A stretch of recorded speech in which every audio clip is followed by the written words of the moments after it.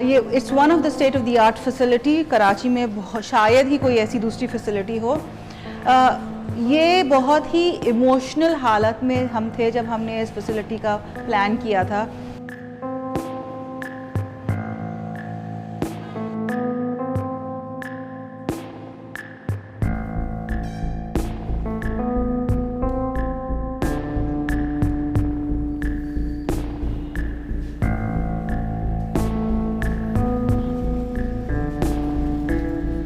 दो 2010 में मेरी एक बहुत ही प्यारी दोस्त, मेरी बहुत, जिसको हम जिगरी दोस्त कहते हैं, उस बेचारी का इंतकाल हुआ था। और उस ज़माने में मैयत को स्टोरेज रखने के लिए कोई ऐसी जगह थी नहीं जहाँ पे प्रॉपर स्टोरेज हो। उसके जो भाई थे वो बाहर थे, यूएस में थे उस वक्त, और ये फैमिली ने डिसाइड किया कि क्योंकि वो सबसे छोटी थी कि वो सब आके देखना चाहते थे, जिसको हम आखिरी दीदार कहते हैं। तो वो जब तक आए तब तक उसकी बॉडी को कहीं रखना था। तो मैं नाम नहीं लूँगी, एक इदारा था ऐसा, वहाँ ले गए।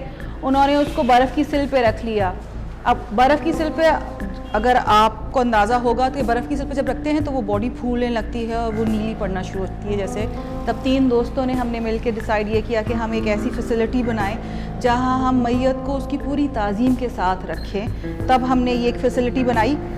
इसमें हमारे पास 20 बॉक्सेस हैं, हम एक साथ 20 बॉडी स्टोर कर सकते हैं।